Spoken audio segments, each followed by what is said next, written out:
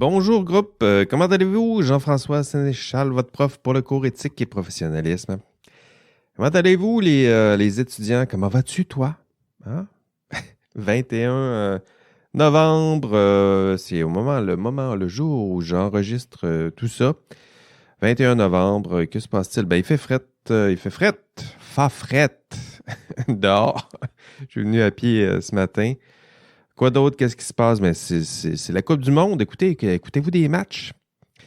Moi, je vais écouter des matchs. Bon, j'enregistre, puis j'écoute ça le soir, puis je finis tard, mais ça s'en vient. Écoutez, je suis là aujourd'hui, il fait frette, mais je suis là pour vous réchauffer le cœur, peut-être.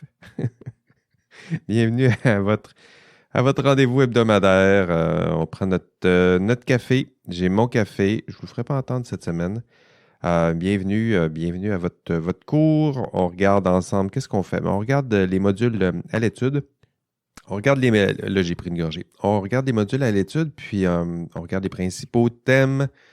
Je vous explique un peu ce que vous avez à faire, les tâches. C'est à ça que ça sert, nos petits rendez-vous, là. On garde le contact, puis on se rassure. Parlant de rassurer tout le monde, ben, le TP2, c'est dimanche. C'est là. C'est le 27 novembre à 23h59. Écoutez, attendez pas à 23h59, là, déposez-le, pourquoi pas maintenant. Hein, il devrait être bien avancé. Donc, déposez-le le plus tôt possible. Écoutez, j'ai essayé de convaincre Janie de vous donner quelques rétractions, mais en ce moment, c'est un peu plus compliqué pour Janie. Donc, c'est pour ça là, que je vous sollicite tout au long de la session en me disant, ben là, on a un peu de temps, Janie et moi, on pourrait vous aider. Puis là, on arrive dans la dernière semaine, mais malheureusement, nos semaines sont toujours bien occupées.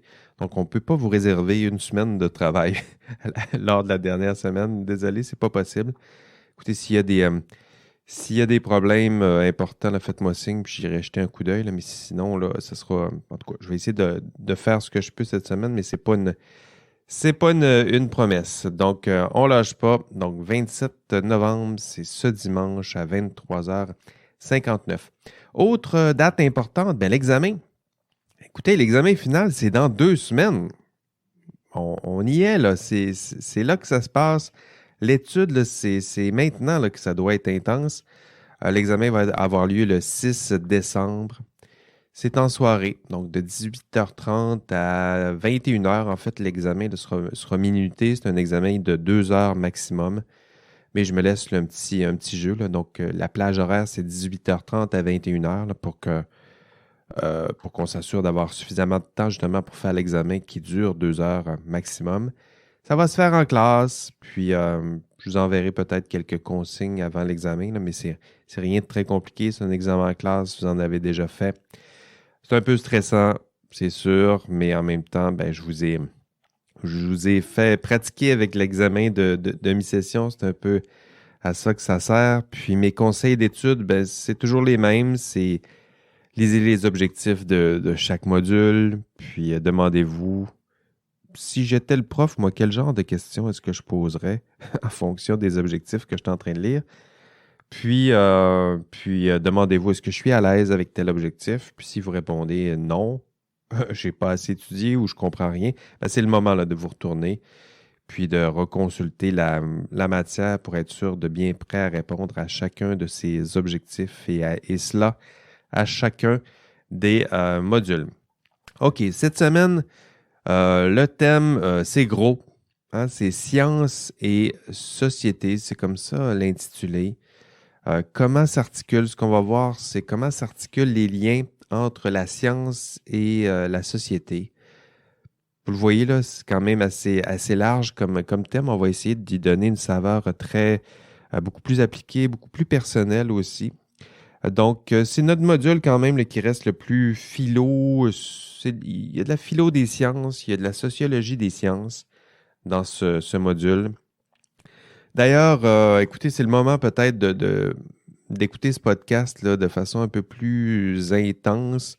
C'est-à-dire que si vous avez d'autres distractions, si vous vous dites, ben, je suis peut-être capable d'écouter le podcast en même temps que je fais tel travail dans un autre cours ou je fais d'autres choses, non. Là, vous aurez besoin de toute votre attention parce qu'on va rentrer loin dans votre psyché puis dans nos réflexions. Donc, je vous invite à peut-être appuyer sur pause. Puis lorsque vous serez dans vos transports, lorsque vous irez prendre une marche, lorsque vous aurez un peu de temps, là, juste pour qu'on passe un peu de temps, juste vous et moi, donc ce sera le moment de réappuyer sur Play. Je le dis, là, ce sera très réflexif, introspectif. C'est le moment là, d'adopter votre posture du penseur de Rodin là, avec le petit point sur le coin de la joue du menton, puis de vous frotter le menton en vous demandant, ben, coudonc, de quoi le prof est en train de me parler, puis qu'est-ce qu'il dit? Parce que ça sera ça un peu l'intensité, sinon le mood du cours. Donc, grosse question aujourd'hui abordée dans ce cours et je vais vous les poser tranquillement là, pour mettre votre esprit en marche. Quel est le rôle social des professionnels en sciences? Est-ce qu'ils ont un rôle social? Qu'est-ce que ça veut dire, cette expression-là? Pourquoi on vous parle de rôle social dans ce cours-ci? Autre question, avez-vous une influence sur la société? Souhaitez-vous avoir une influence sur la société? Est-ce que c'est votre rôle de vous prononcer sur certains enjeux sociaux? Est-ce que c'est votre rôle de vous prononcer sur la pertinence sociale, sinon la moralité de certains objets techniques ou technologiques? Hein, ben, soyons plus concrets, le troisième lien, un tramway, un mur, un pont, une route. Est-ce que c'est votre rôle de parler de l'importance ou de la pertinence sociale de tout ça? Est-ce que vous pouvez vous contenter de confier à d'autres la responsabilité de réfléchir à tout ça? Ou est-ce que ça ne fait pas directement partie de votre rôle de réfléchir, de penser, de décider en la matière? Puis, qu'est-ce que vous en pensez? Écoutez, je vous avais dit, il faut m'écouter intensément. Là. Donc, d'ailleurs, je vais mettre un son très agressif ici là, pour vous réveiller. Puis, voilà. Écoutez bien ça. Did you know that people with guilty consciences are more easily startled by loud noises? Et j'en ai d'autres, des questions. Les questions que nous allons aborder, la science, à quoi sert-elle? Peut-elle nous permettre de résoudre certains problèmes? Peut-elle permettre de résoudre tous les problèmes du monde?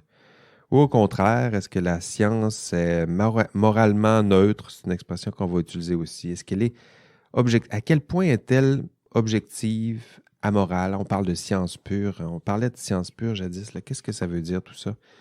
Puis une science qui serait justement objective, pure, amorale, asociale, est-ce qu'elle peut intervenir dans la société? Quoi d'autre? Quelle question? La société, elle, est-ce qu'elle influence la science? Hein? Pas seulement à quoi elle sert, non, mais est-ce que la science est influencée par la société dans laquelle elle est conçue? Est-ce qu'on trouve des traces de la société d'une époque dans une science de la même époque? Ce serait une autre façon de le dire. Donc voilà, c'est ça les questions qu'on va aborder dans ce module. On va en aborder quelques-unes dans ce podcast, puis il y en a d'autres qui seront abordées en classe. Je dirais qu'il y a 2 questions centrales dans ce module. C'est quel est votre rôle dans la société? Donc, votre influence, vous, hein, toi, là, ton influence sur la société. Et l'autre question, ben, elle est réciproque, c'est le contraire. C'est quelle est l'influence de la société sur la science, hein, sur toi? Quelle est l'influence de la société sur le professionnel en sciences et génie? Puis c'est surtout, je dirais, cette deuxième partie là, sur laquelle je vais insister aujourd'hui dans ce podcast, hein, l'influence de la société sur toi. Hein? Donc, sur toi, sur ton rôle de scientifique et de chercheur et de professionnel en génie, quelle est l'influence de la société sur tout ça? Donc, votre influence sur la société, celle-là est plus... donc, le contraire, là, ton influence sur la société, celle-là est plus facile à reconnaître. On va en parler en classe, là, mais je dirais que cette intention-là, là, la vôtre, d'essayer de transformer la société, de laisser votre trace, de contribuer à la société, celle-là est plus facile à voir. En fait, si vous êtes inscrit en sciences et génie, là, c'est un peu parce que vous avez foi en cette influence. Hein, vous rêvez de tant de choses avec de belles intentions, je dirais. Hein, on va transformer le monde, maîtriser la nature, la biologie, maîtriser la matière, maîtriser l'énergie, oui, le vivant, maîtriser le vivant. C'est pas rien, là, les ambitions des étudiants en sciences et génie. Construire un monde meilleur, hein, au sens propre et figuré. Puis baliser notre monde, si je pense un peu à mes arpenteurs géomètres ou à ceux qui sont en sciences géomatiques. Pourquoi? Parce que la science peut changer le monde. Ça, si vous êtes en sciences et génie, vous y croyez. Puis c'est bien, c'est émouvant. Puis il y a plein de beaux exemples. Je n'ai pas besoin de vous en donner plusieurs. Je dirais la vaccination. C'est un bel exemple de contribution de la science, comment une contribution scientifique peut transformer la société. Donc, l'influence de la science sur le monde, celle-là, elle est bien comprise. Mais pour reconnaître l'influence de la société sur la science, celle-là est plus compliquée. Et on aura besoin de quelques distinctions. La plus importante peut-être, c'est, et ça aussi je vais vous le réexpliquer en classe, c'est la distinction entre science et recherche, hein, entre scientifique et chercheur. Parce que si vous voulez voir l'influence de la société sur la science, il faut aussi avoir en tête cette image du chercheur. Hein? Donc, la production de la connaissance en sciences, c'est un processus. Puis, étant donné que vous connaissez mal encore le monde de la recherche, vous pouvez confondre le scientifique avec le chercheur. Puis c'est important de le distinguer parce que c'est via la recherche que l'influence de la société va être peut-être la plus évidente. Donc, commençons par le scientifique. Donc, la science, le scientifique, celui-là, vous le connaissez bien. C'est celui que vous voyez le dimanche, la découverte. Là, c'est votre Charles Tisser. Peut-être que vous le connaissez moins. C'est votre Martin Carly, pour ceux qui le connaissent. Donc, il incarne la science. Sinon, si vous ne le connaissez pas, Martin Carly, faites tout de suite une recherche là, parce que je vais me servir de cette image-là. Je trouve qu'il incarne bien la science.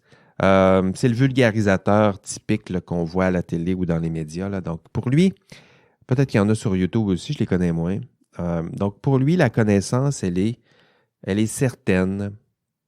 Elle est objective. Hein, on vous explique les faits. La science est froide, là, au sens où c'est là, c'est stable, ça ne change pas, il y a des faits, je vais vous les expliquer. C'est apolitique aussi, cette science. Il n'y a pas de lien avec la politique. Vous ne verrez pas là, ce scientifique vulgarisateur vous parler des liens entre la politique puis la science, puis non plus entre les enjeux sociaux et la science.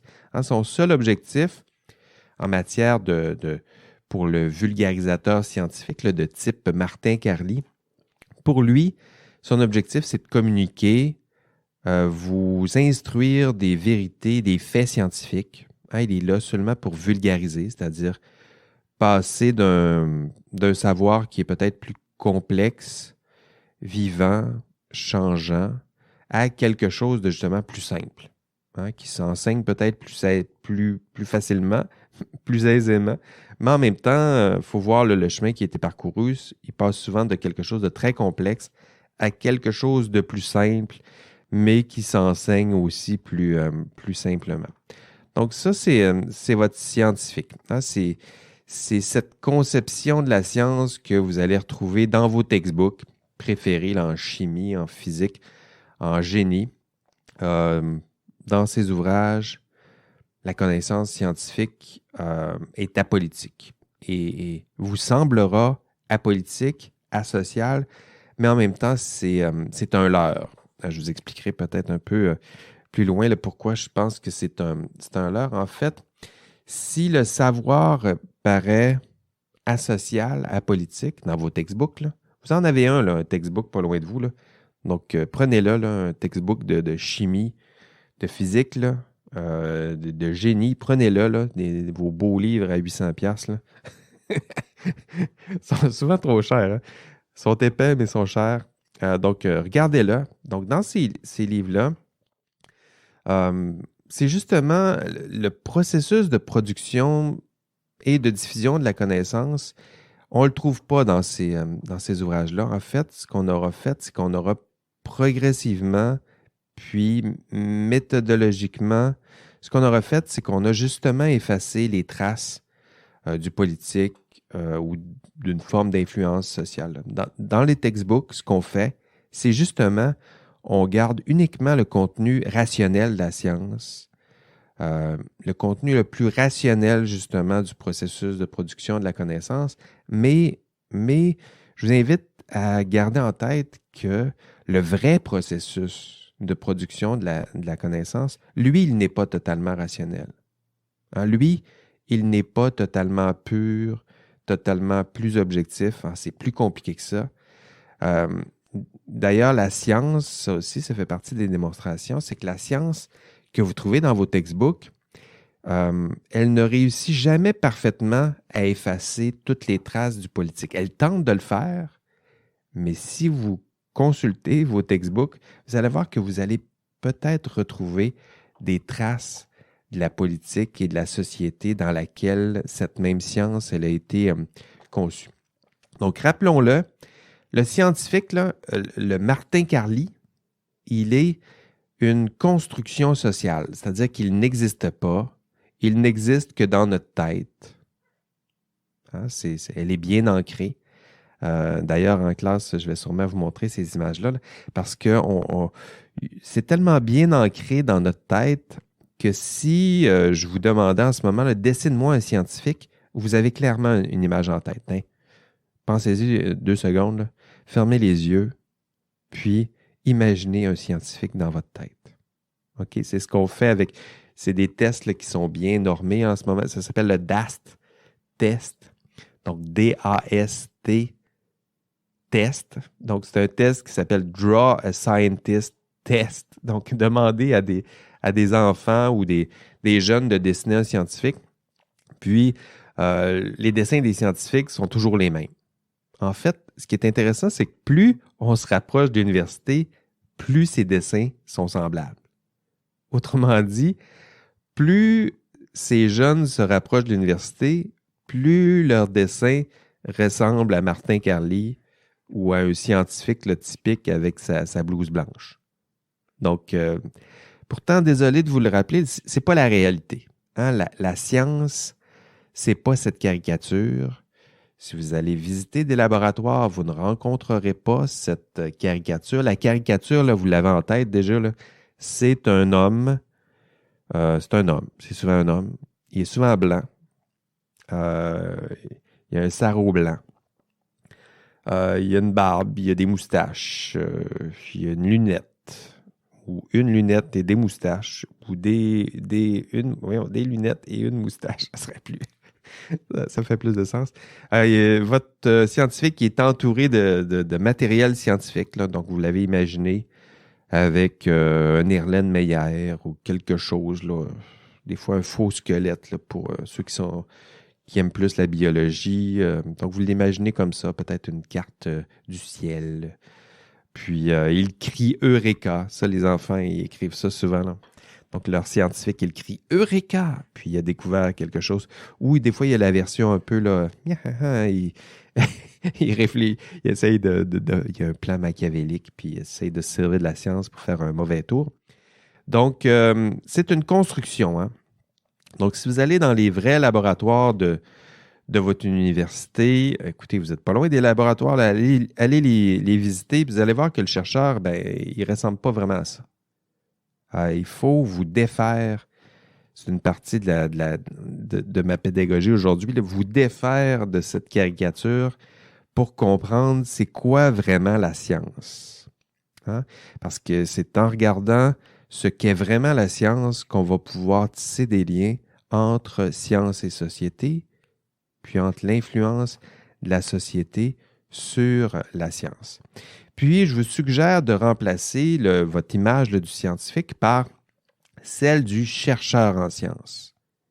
Donc, le chercheur en sciences, là, c'est lui que vous allez croiser dans les laboratoires, c'est lui que vous allez croiser dans les corridors universitaires. Puis, ce chercheur-là, il ne ressemble pas à Martin Carly. Donc, si vous allez dans les corridors du Vachon là, puis du Pouliot, c'est pas Martin Carly.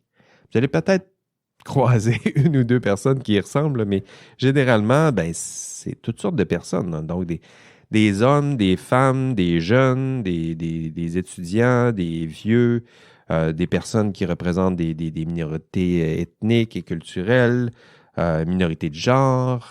Donc, tout ça, là, ça existe. La plupart n'ont même pas de sarrau blanc où il est accroché dans leur bureau puis ils ne le portent pas très souvent. Puis, vous allez souvent les voir beaucoup plus autour d'un PC que beaucoup plus un PC qu'un Erlenmeyer. Là. Donc, le matériel scientifique, oui, il y en a au laboratoire, mais les chercheurs ne le fréquentent souvent que très peu. Ils ont des étudiants post-doc peut-être, qui sont là aux études supérieures aussi, dans leur laboratoire, mais les chercheurs en tant que tels, c'est pas exactement ça. Donc, c'est ce chercheur-là que je veux que vous ayez en tête pour bien articuler les liens entre la science et la société. Parce que le chercheur, lui, si on lui demande au chercheur, est-ce que la connaissance, est-ce que c'est certain? Non. Hein, pour lui, la connaissance, son champ d'expertise, il est incertain. Hein, il doute de tout.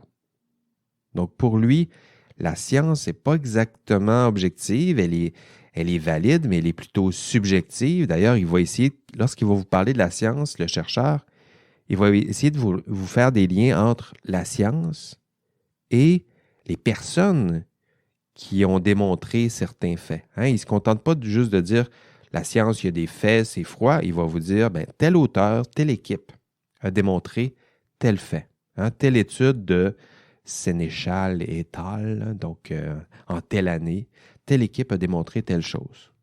Donc pour lui, la connaissance, elle est subjective en ce sens-là, c'est-à-dire qu'elle est liée à un sujet, beaucoup plus qu'à un objet. Tu sais, objectif, c'est un peu ça. Là. Et pour lui, la science, elle n'est pas froide. Elle est chaude, c'est-à-dire qu'elle est changeante, elle est remplaçable, elle doit évoluer, elle est vivante. Les principales prémices d'une science sont intéressantes, mais ils peuvent changer. D'ailleurs, si un chercheur pouvait changer les principales prémices d'une science, là, on appelle ça une découverte où il peut changer un champ de la connaissance. C'est leur rêve. Là. Donc, pour lui, le chercheur, ses activités sont multiples. C'est pas seulement, il fait pas seulement de la vulgarisation, puis il s'appuie sur les faits, puis il répète ça. Là. Donc, il fait de la recherche. Et pour lui, ses activités, c'est là que ça se passe. Ses activités sont directement liées aux politiques et aux enjeux sociaux. Hein, les chercheurs, eux, si vous en croisez, si vous avez la chance de discuter avec des chercheurs, vous allez constater rapidement que les chercheurs, ils lisent les budgets politiques. Ils passent une bonne partie de leur vie, de leur carrière à courir après des subventions, de la recherche. Donc, pour eux, plutôt, ça devient hyper important d'aligner leurs intérêts de recherche en fonction des principaux thèmes qui sont promus par les institutions et qui sont surtout financés par les institutions. Donc, selon les époques, d'ailleurs, vous allez voir que parmi tous les champs du savoir, les chercheurs vont choisir les champs qui sont les mieux financés. Ah, en ce moment, là, vous voulez des exemples? En ce moment, là, tout le monde se garoche en intelligence artificielle. Pourquoi? Mais parce qu'il y a du financement là, les petits amis. Là. Puis la COVID-19, dans les 2 dernières années, il y avait de l'argent là aussi. Les données massives, optiques, photoniques. Pourquoi? Là, c'est des champs qui sont vraiment privilégiés par les chercheurs, où il y a beaucoup de recherches qui se font là. C'est parce qu'il y a beaucoup de financement là aussi. Est-ce qu'on finance parce qu'il y a beaucoup de chercheurs ou c'est pas le contraire? Est-ce qu'il n'y a pas beaucoup de chercheurs parce qu'on finance beaucoup? Donc, ces champs-là, là, vous pouvez les identifier. Écoutez, à mon époque, c'était les OGM, les nanotechnologies. Connaissez-vous ça? Écoutez, l'argent qui a été investi là-dedans, c'était impressionnant et pourtant, ça a disparu. Mais il y a eu des vagues là, où le champ du savoir est promu, est financé, puis tout à coup, tous les chercheurs, y compris les chercheurs en sciences humaines, se dirigent aussi vers ces champs de recherche-là. Donc, des champs du savoir qui sont promus par les bailleurs de fonds, qui sont financés, puis qui tranquillement vont attirer les chercheurs. Puis c'est comme ça que les liens entre sciences et société peuvent se construire. Tranquillement, la société change, choisit des champs à développer, va les financer, puis va influencer aussi le cours de la science parce que les chercheurs vont se diriger dans ces champs de la recherche. Donc, pour bien saisir les liens entre science et société, donc cette influence de la société sur la science, vous devez avoir cette distinction en tête. Le scientifique et le chercheur. Donc, la science, là, regardez encore votre textbook là, que vous avez pas loin. Là. Donc, la science que vous allez retrouver dans vos textbooks, c'est d'abord de la recherche. Puis cette recherche, elle est liée à des enjeux sociaux. Elle est influencée par la société, notamment via le financement de la recherche. Puis ces traces ne sont jamais totalement effacées de la science. On tente dans vos textbooks d'effacer ces traces, mais on n'y arrive jamais parfaitement. C'est-à-dire que même cette science qu'on souhaite pure, objective, coupée de la société, qu'on souhaite protéger des influences, qu'on souhaite enfermer dans son laboratoire. Donc, cette science pure, là, elle est toujours un peu liée aux politiques. Il y a toujours des traces des enjeux sociaux d'une époque dans la science d'une époque. En fait, on peut même pousser la réflexion un peu plus loin. Est-ce que ça se peut que cette recherche, donc influencée par la société dans laquelle elle est conçue, est-ce que ça se peut que cette société influence la science que l'on retrouve dans vos textbooks? Donc, dans vos textbooks, là. Est-ce qu'il y a des influences sociales dans ces textbooks? Je pense que c'est de façon encore plus simple de voir vos textbooks. Donc prenez-le, vos gros textbooks à 400$, là. Prenez-en un, lisez-le, puis essayez de voir s'il n'y a pas des traces de la société dans laquelle elle a été conçue, cette science. Est-ce que vous en voyez? Non? Est-ce que vous en voyez? Non? Est-ce que vous en êtes certain? Parce que moi, j'ai plein d'exemples à vous donner en classe, là. Mais essayez de trouver vous-même des influences de la société dans laquelle elle est conçue. Hey! Mais écoutez-vous encore? Je vous l'ai dit que ça allait être plus dur. Donc, fermez vos distractions, là, puis revenez focus, là. Je vous parle. Tiens, je vais vous mettre un petit pont sonore là, pour être sûr de vous rattraper. En fait, je vais le mettre avant de dire « Hey! » Je le mets-tu avant ou après? Je vais le mettre maintenant. This next test is very dangerous. To help you remain tranquil in the face of almost certain death, smooth jazz will be deployed in 3, 2, 1.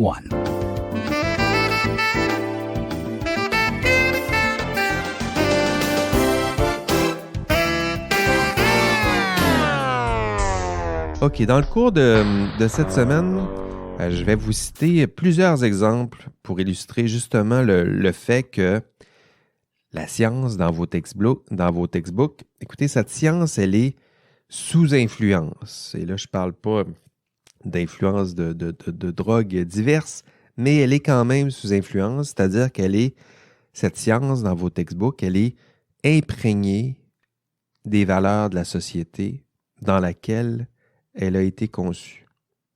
Donc, allez visionner cette partie peut-être de l'enregistrement de cours là, où je vous donnerai plusieurs exemples, entre autres le cas de l'affaire Lysenko qui est intéressant.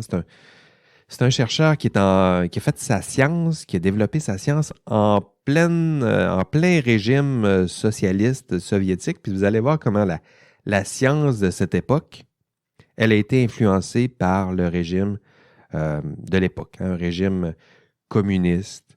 Puis vous allez voir que la génétique à l'époque, donc il travaillait en génétique, mais la génétique est devenue vite une génétique, au lieu de dire génétique mendélienne, on parlait de la science prolétarienne de l'hérédité. Puis tout ça, ça se retrouvait dans les textbooks de l'époque, là. Donc ça, c'est peut-être l'exemple le plus caricatural et peut-être le plus extrême là, d'influence de la société sur le contenu de la science. Mais j'ai d'autres exemples en classe, peut-être un peu plus subtils. Le cas de Alan Turing, donc vous connaissez évidemment Alan Turing avec le test de Turing, là, donc le Turing test pour vérifier si des intelligences artificielles ont vraiment développé une intelligence qui est confondante, qui pourrait confondre un humain.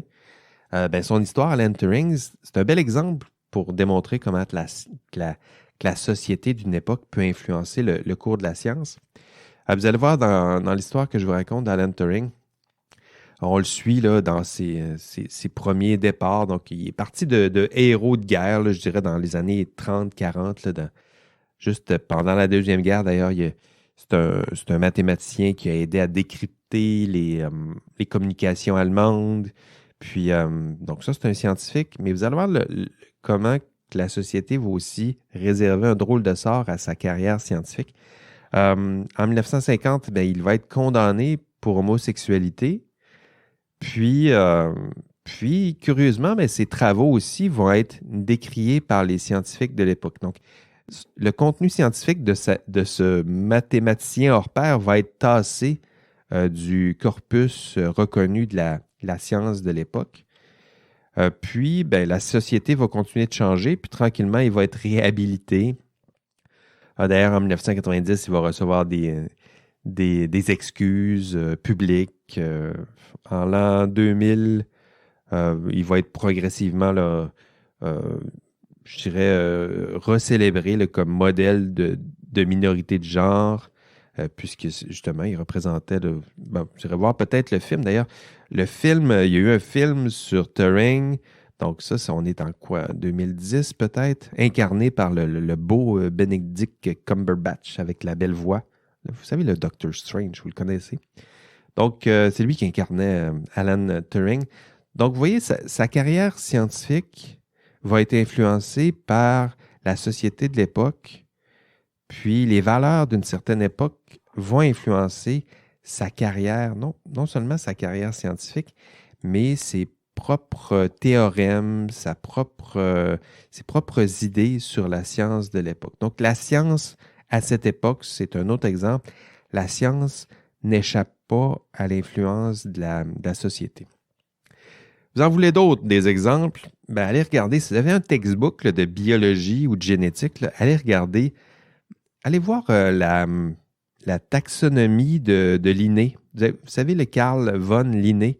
Vous avez sûrement vu ça dans n'importe quel cours de biologie. On regarde un peu le tableau de Linné, justement, pour classifier les espèces. Puis c'est un très beau tableau. Écoutez, c'est un travail de moine. D'ailleurs, Linné était sûrement moine à l'époque. Je ne sais pas exactement sa carrière. Mais vous irez voir un peu comment, parce que la démonstration, c'est toujours la même, comment la société de l'époque influence les scientifiques de l'époque, puis comment ça finit par se retrouver dans le contenu de l'époque. Écoutez, dans ce tableau-là, il est toujours intéressant à consulter, mais allez voir comment Linné classifie la race humaine. En fait, pour lui, la race humaine est divisée en 4. Puis ça, c'est drôle. C'est encore drôle parce que, écoutez, si ça ne donne pas des indices sur la science, pas sur la science, mais sur la société de l'époque, Linné s'amuse à essayer de classifier les humains en 4 races. Il parle des Americanus, qui sont rouges, colériques et droits. Écoutez, si ça ne vous choque pas ça, il y a les Européus, qui sont les Européens classiques, donc qui sont blancs, sanguins et musculaires. Ça dépend des Européens. Les Asiaticus, on dirait un gros cliché qu'on parle de toutes les populations asiatiques, donc qui sont jaunes pâles, mélancoliques et rigides. Et les affaires, c'est la 4e race humaine, les affaires, A-F-E-R, qui sont noirs, flegmatiques et décontractés. Aucun sens. On dirait une description d'Obama, là, très caricaturale. Et ça, là, c'est pas votre vieil oncle la moustache dans un party de Noël bien arrosé là, qui a dit ça, c'est le père de la biologie moderne. Donc, Carl von Linné. Et le pauvre, ben, lui aussi est influencé par la société dans laquelle il vit, puis sans le vouloir, même malgré ses bonnes intentions de produire la science la plus objective possible, ben, même cette science est influencée un peu par la société de l'époque. Puis vous en voulez d'autres exemples, j'en ai plusieurs en classe, là. Mon préféré, c'est peut-être ceux qui sont inspirés de la biologie de la reproduction. Donc, si vous avez un textbook de biologie de la reproduction, là, sortez-le. C'est les meilleurs. En fait, si en plus ça date des années 80, là, un beau textbook des années 80, c'est parfait. Vous allez voir que le langage là, pour parler de l'embryon et du spermatozoïde, c'est très éclairant sur le discours d'une époque. Écoutez, ça ressemble quasiment à des histoires de princes et princesses, là. On lit ça, là, puis on parle de l'ovule qui est passif, qui prépare le nid. Ah oui, ça revient dans les expressions. Il prépare le nid, puis attend son petit prince spermatozoïdo charmant. Puis le spermatozoïde, lui, ben évidemment, il est actif, il est vigoureux, là, il est en mission, ça revient. Puis il livre une bagarre, là, une longue bagarre assez semblable, puis il se dirige vers le château pour enfin pénétrer le château, puis conquérir l'objet de sa quête. C'est parfois risible. Puis dans certains passages, même celui que je cite en classe, on parle de l'ovule, puis on dit qu'il faut en prendre soin parce que à chaque fois qu'une femme perd un ovule là, lors des menstruations, c'est un gâchis. Puis là, on parle des spermatozoïdes, puis on dit que les spermatozoïdes, au contraire, sont précieux. Puis on parle jamais de gâchis lorsqu'on parle des spermatozoïdes. Pourtant, il y en a du gâchis, n'est-ce pas, messieurs? Puis là, c'est sûr que j'ai toute votre attention en ce moment. Mais donc, du calme là, dans les textbooks, là.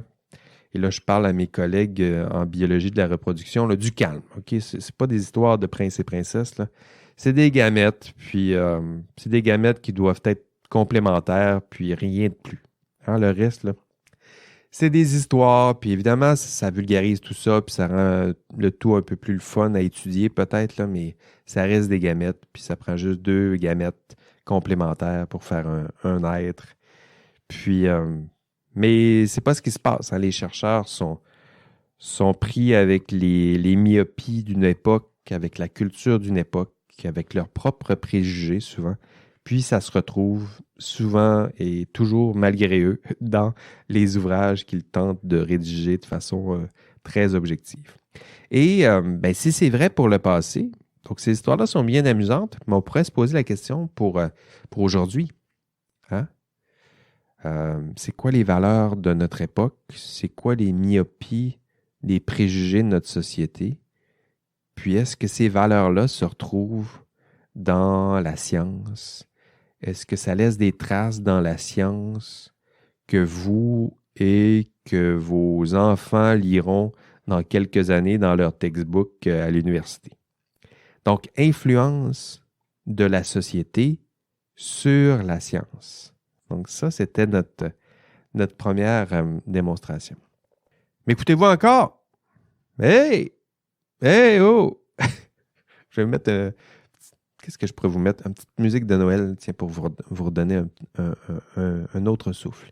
Ben, il est peut-être tôt pour Noël, mais c'est pas grave. Il faut s'y préparer, il fait trop froid, il y a de la neige.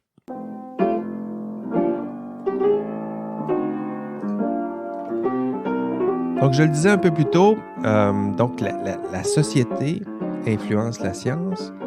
Puis, dans le cours aussi, j'aborde une autre thèse, là, celle disant que la science, elle, influence la société. Puis on a une belle réflexion en classe. J'ai bien hâte d'avoir cette réflexion-là avec vous demain, puisque faut parler de votre influence sur la société, parce que c'est vous qui allez incarner la science, c'est vous qui allez incarner des professions en sciences et génie.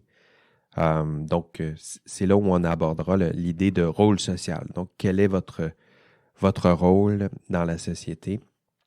Puis lorsqu'on parle de cette influence-là de la science sur la société, ça, c'est plus facile à concevoir. Je pense que c'est plus une réflexion en classe. Ce que je souhaite faire, c'est réappuyer sur cette idée-là. Là.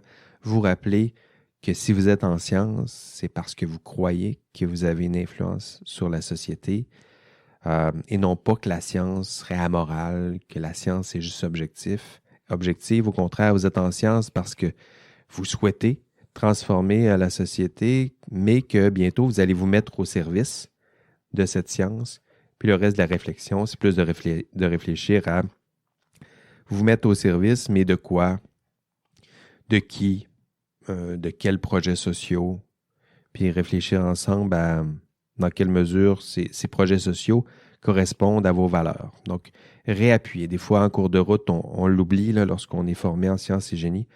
On oublie pourquoi on s'est inscrit dans une faculté de sciences et génie. Évidemment, parce que cette science-là nous intéresse, mais aussi parce qu'au point de départ, on souhaitait transformer le monde. Mais de quelle façon? Donc, tout ça, on en reparle demain en classe. Je n'ai pas l'intention de faire dans ce podcast déjà trop long l'essentiel de cette démonstration. Donc, la partie sur laquelle je voulais réfléchir ou que je voulais aborder avec vous aujourd'hui, c'était l'idée que la société influence la science, que vous influencez aussi la société, que vous allez vous mettre au service, ça aussi je l'aborde en science, hein, vous allez vous mettre au service de projets, mais que ces projets sont associés à certaines valeurs. Donc, vous développez des sciences, la science, des techniques, des projets scientifiques. Donc, vous allez bientôt contribuer à tout ça. Puis ça transforme la société. Donc, je sais que pour certains, c'est pas évident. Je sais que c'est peut-être des fois le rôle technique qui vous intéresse ou la dimension technique de la science. Mais sachez-le, même quand vous avez l'impression de juste faire de la technique, vous contribuez à des projets sociaux et ces projets sociaux incarnent certaines valeurs. Je devrais peut-être vous donner des exemples. Là. Je pense que c'est un peu abstrait. Là, je parle. Vous construisez des ponts. Ce serait une autre façon d'y réfléchir. Vous construisez des ponts, vous allez construire des routes. Ben, vous ne faites pas seulement construire des ponts et des routes. C'est pas juste technique tout ça. Ce que vous êtes en train de faire en construisant des routes, des ponts, vous êtes en train de vous mettre au service d'une conception du bien commun, d'une conception de la vie bonne. C'est pas rien, là. Il y en a de la morale dans des ponts et des routes. Donc, vous mettez au service d'une conception de c'est quoi la ville idéale, puis c'est quoi nos modes de transport. Vous avez peut-être l'impression que c'est seulement technique, mais vous vous mettez au service de valeurs. Si vous vous mettez au service du troisième lien, vous allez construire le troisième lien, mais il y a un projet social, il y a des intentions politiques qui sont derrière ça, puis vous allez faire ça en construisant le troisième lien.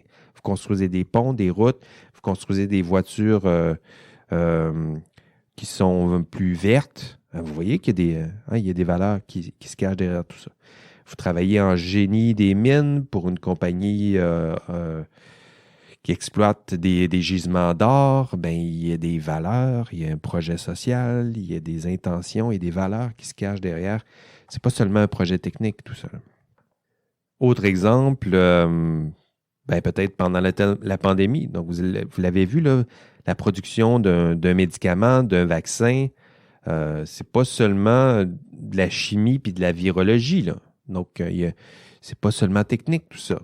Hein? Donc, les personnes qui ont décidé de s'engager dans ces voies, développer des médicaments, développer des vaccins, travailler fort, on le voit qu'il y a une conception du bien commun, une conception même de la santé publique qui est derrière tout ça. Là. Vous vous mettez au service du développement des vaccins. Donc, c'est pas seulement un accomplissement technique. Je pense que c'est ce que je veux vous convaincre de ça. C'est pas un geste technique. C'est pas seulement un geste technique. Ici, on le voit, là, c'est un geste qui est au service non seulement de la santé publique, mais d'une conception de la santé publique. C'est se mettre au service d'un rapport social à la santé. Ce serait une façon simple de le dire. Même chose en génie. Hein? Donc, vous construisez des trains électriques, vous développez des intelligences artificielles, des algorithmes dans le domaine de la santé. Vous développez des produits cosméceutiques, hein, je vois ça. Vous travaillez avec les lidars, vous travaillez sur des protéines pharmaceutiques, vous construisez des ponts, des immeubles, vous balisez, vous piquetez. Vous allez faire tout ça, là. Mais derrière chacun de ces gestes techniques, ce n'est pas neutre, ce n'est pas amoral. Hein? Vous vous mettez au service, vous mettez votre beau cerveau au service de ce projet technique, mais ce projet technique-là, lui, il sert d'autres ambitions, d'autres projets qui, lui, est influencé par des valeurs. Donc, se mettre au service, ça fait partie des réflexions que nous allons aborder demain. Donc, se mettre au service de qui? Quel employeur? Se mettre au service de quoi? Quel projet? Donc, cette belle petite tête là, que vos parents et proches aiment tant, là, vous allez la mettre au service, mais vous allez la mettre au service de qui, de quoi, de quelle valeur. Parce que vous allez aussi la mettre, si vous vous mettez au service de certaines valeurs, ben vous vous mettez au service d'une certaine morale. Hein? Donc ça fait partie de nos démonstrations demain dans le cours. Donc, je dirais que demain, la mise en garde de demain, là, c'est de vous rappeler que vous devez faire attention parce que vous avez l'impression que vous faites juste un travail technique, mais vous vous mettez au service d'un projet social, d'un projet moral. Hein? C'est-à-dire que la morale, elle est des fois cachée au cœur de la science et des outils techniques que vous allez développer. Hein, toi, tiens, on va te tutoyer. Toi, tu vas développer, tu as un projet technique en tête, tu as l'intention de travailler dans tel domaine, tu vas développer telle science, tu vas déployer telle science au profit de tel autre projet. Ben, il y a de la morale à travers les projets, il y a des projets sociaux qui se cachent derrière justement le projet technique que tu as en tête. Et je dirais que la conclusion de cette réflexion, c'est peut-être que vous rappelez que votre rôle dépasse la technique. Hein, ce serait peut-être une façon plus simple de vous le dire. Votre rôle, il n'est pas que technique, il est social. C'est ce que ça veut dire, un rôle social. Il est social et je dirais même qu'il est moral. Parce que vous mettez au service de projets techniques qui, eux, derrière ces projets techniques, il y a des projets sociaux, une conception du bien, des valeurs. C'est ce que ça veut dire par l'expression « vous êtes des acteurs sociaux, vous avez un rôle social, vous avez un rôle moral ». Vous, toi, là, tu as un rôle moral. Je pense que c'est peut-être la chose la plus choquante de ce cours d'éthique, puis je vous le dis maintenant, c'est pas le prof qui vous fait la morale hein, au début du cours. Là. Rappelez-vous là, à quoi vous ressembliez au début du cours. Là, vous regardiez Jean-François Sénéchal qui donne son cours en avant. Puis là, vous avez vu là, la belle vidéo où Jean-François Sénéchal pète une coche. Là. Puis là, vous vous disiez, il est amusant ce prof-là avec ses vidéos, mais il va nous faire la morale. Puis, à la fin du cours, on arrive avec je dirais que le narratif du cours bascule. C'est toi qui me fais la morale. C'est toi. C'est toi. C'est peut-être la citation la plus choquante de votre cours d'éthique. Là. C'est pas le prof qui fait la morale. C'est vous qui faites la morale, qui êtes en train de construire la morale puis qui allez continuer de la construire parce que vous allez construire, vous allez vous servir de la science, de la technologie, vous allez participer à des projets, vous allez vous mettre au service d'employeurs et ce faisant, vous allez vous mettre au service de certaines valeurs. Et ce faisant, vous nous faites littéralement la morale. C'est vous qui construisez la morale. Avec votre science, votre génie, votre intelligence, vous allez vous mettre au service de projets techniques qui influencent ma vie à moi. Hein, ce que je mange, comment je vais me déplacer, comment je devrais vivre, dans quel environnement, dans quel type de ville. C'est vous qui allez transformer mon rapport avec la santé, mon rapport avec la nature, la matière, la biologie, ma propre biologie. Donc tout ça, là, la science, vous avez le pouvoir de transformer tout ça. La façon dont je me conçois. Puis vous faites ça. Vous pensiez que c'était votre prof qui vous faisait la morale, mais c'est vous qui êtes en train et qui allez construire la morale. À penser aux automobiles, à l'aviation, à la vaccination, toutes des technologies, l'Internet, vos téléphones cellulaires, les réseaux sociaux, ce sont des technologies. Là. Mais regardez comment ces technologies influencent ce que nous sommes. Regardez comment ces technologies ont quelque chose à dire sur ce qu'est le bien, ce qu'est le monde idéal. Ça nous propose ça un peu. Là. Un bien, un monde idéal, comment tout ça influence ce que nous sommes. On se dit, c'est les gens en sciences humaines, sciences sociales, c'est les profs d'éthique, les profs en sociologie là, qui nous disent ce qu'on pense, ce qu'on doit penser, puis c'est quoi le monde idéal. C'est eux autres qui font ça là, dans les médias. Peut-être dans les médias, dans le discours. Mais ceux qui transforment vraiment, qui nous font vraiment la morale, qui transforment comment on vit, ce qu'on est. Donc ça, c'est vous qui l'avez, ce pouvoir-là. C'est votre science, c'est votre profession qui fait la promotion, peut-être à votre insu. Je pense que ça fait partie de la réflexion du cours. Peut-être que ça se fait à votre insu, mais je pense qu'une partie du module 11, c'est de vous initier à cette réflexion. C'est pas juste des projets techniques. C'est des projets techniques, scientifiques qui sont chargés de valeur, qui sont chargés d'une conception du bien commun, qui sont chargés d'une vision du monde, puis vous allez vous mettre au service de ces conceptions du monde, puis de ces valeurs, puis cette vision du monde. Puis il est temps pour vous de le reconnaître. Maintenant, là. Puis en classe aussi, on va refaire cette réflexion-là. Donc, reconnaître qui se cache derrière vos projets scientifiques et techniques des valeurs, puis de les assumer peut-être. Je pense que c'est ça l'objectif, là.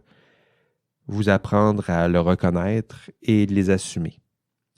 Vous allez vous mettre au service d'un employeur, vous allez vous mettre au service de projets scientifiques, donc reconnaître que derrière ces projets scientifiques, techniques, il y a des valeurs, puis vous assurer que ça correspond à vos propres valeurs.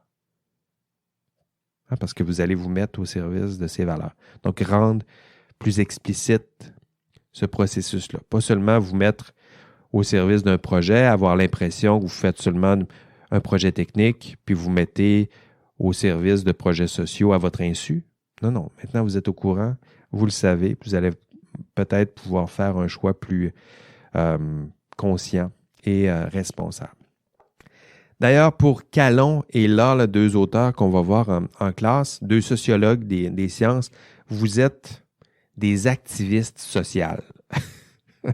J'adore ça, dire ça, cette expression-là, parce que il y a un contraste avec comment vous percevez. Hein, vous vous percevez comme des scientifiques techniques assez rigoureux, puis Calon et là, eux, vous dit plutôt, non, vous êtes des activistes sociales. La seule différence entre Greta Thunberg là, puis vous, là, c'est que c'est peut-être que vous ignorez que vous allez influencer le monde dans lequel nous allons vivre. Donc Greta, elle le sait, elle, puis elle tente d'influencer, mais vous dites, ben non, moi je fais juste de la science, de la technique, puis je ne changerai pas le monde. Non, c'est pas ce qui se passe. Hein, la science, le génie, dans lequel bientôt vous allez exercer votre profession, ben cette science et ce génie, il est chargé de valeurs. Il est chargé de conception du bien, de projets sociaux. Il est chargé. Et une question importante à la fin de cette démonstration-là, c'est une question introspective. Donc, c'est quoi les valeurs que vous voulez voir promouvoir via la science et le génie? Donc, c'est vous, qui allait incarner la science et le génie. Donc, c'est important de savoir les valeurs qui s'y cachent, de façon à éviter que vous vous mettiez aveuglément au service d'un employeur de projet qui ne correspondrait pas à vos valeurs. Je pense que c'est ce qu'on souhaite éviter. Évitez de vous mettre aveuglément au service de projets techniques et sociaux qui ne correspondent pas à vos valeurs. Et au contraire, choisir un employeur. Choisir des projets chargés de valeurs, chargés de projets sociaux et qui correspondent à vos valeurs, aux projets sociaux que vous aimeriez voir déployés dans la société qui sera bientôt la vôtre.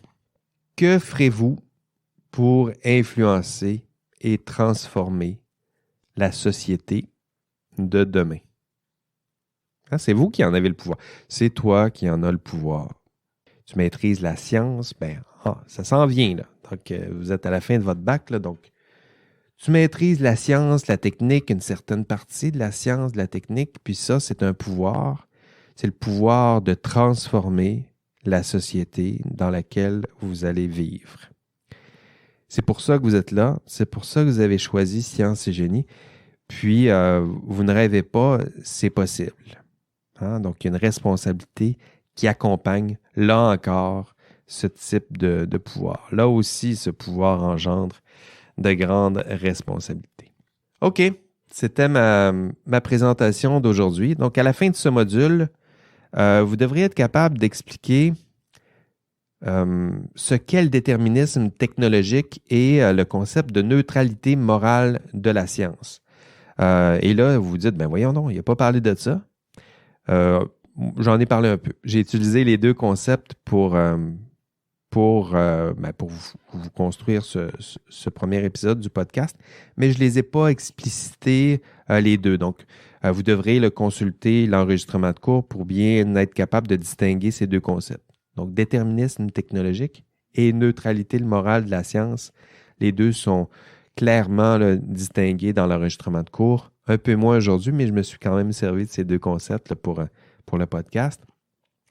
Vous devriez être capable, à la fin de ce module, d'énoncer les principaux arguments qui permettent de déconstruire ces mythes. Donc, le mythe de déterminisme technologique et de neutralité morale de la science. Donc, ça aussi, vous devrez consulter l'enregistrement de cours. Aujourd'hui, je me suis plutôt concentré aux deux objectifs. Donc, vous rendre plus capable et plus compétent pour, premier objectif, identifier les valeurs, les idéaux qui sont promus à travers vos projets scientifiques et techniques, puis être capable de reconnaître les conséquences sociales qui peuvent découler de vos activités, donc de votre rôle social, avec les conséquences qui peuvent aussi découler de l'exercice de votre rôle en tant que professionnel en sciences et génie. Donc, c'est ce que j'ai tenté de faire dans ce podcast. Je vous l'avais dit, c'est un peu plus réflexif, puis vous avez bien fait ça. Vous m'avez écouté jusqu'à la fin. Ça fait maintenant 1 heure qu'on se parle. Bravo, c'est réussi. Vous avez passé à travers. C'est tout pour cette semaine. Merci d'être là chaque semaine. Je pense que ça vous aide aussi. Ça répète des choses qu'on voit en classe, mais en même temps, c'est un peu ça, l'étude. Répéter, dire autrement, apprendre de cette manière. Voilà, on se parle de tout ça demain au cours pour ceux qui y seront. Sinon, pour les autres, on se donne rendez-vous la semaine prochaine pour le dernier module du cours éthique et professionnalisme. Et on prendra un dernier café ensemble avant cet ultime rendez-vous en classe pour l'examen final. La semaine prochaine, dans le prochain module, on va regarder les grandeurs et misères du système professionnel. Donc, je vous l'ai défendu tout au long de la session, ce système professionnel. Mais au dernier cours, on va prendre le temps de le critiquer. Donc, et vous aussi, là, on prendra le temps de voir quelles sont vos critiques, parce que maintenant, vous êtes mieux outillés pour le faire. Donc, défendre le système professionnel et critiquer le système professionnel, c'est le programme pour vous la semaine prochaine. Allez, c'est tout. Prenez soin de vous. Bye bye.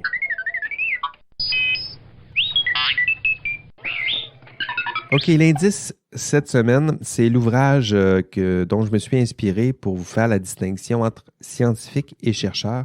Donc, si vous voulez faire vos premiers pas en philosophie des sciences, je vous conseille ce petit ouvrage.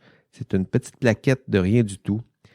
Puis, ça fait exactement ça. Un peu de sociologie des sciences, prendre un petit pas de recul pour regarder la science que vous aimez tant et surtout la recherche. Donc, si vous êtes intéressé à la recherche, savoir explorer le regard d'un anthropologue sur la recherche en sciences. Donc, l'indice cette semaine, Bruno Latour, La vie de laboratoire. C'est le titre de l'ouvrage et c'est l'indice de la semaine. Bruno Latour, La vie de laboratoire. Allez, bye bye.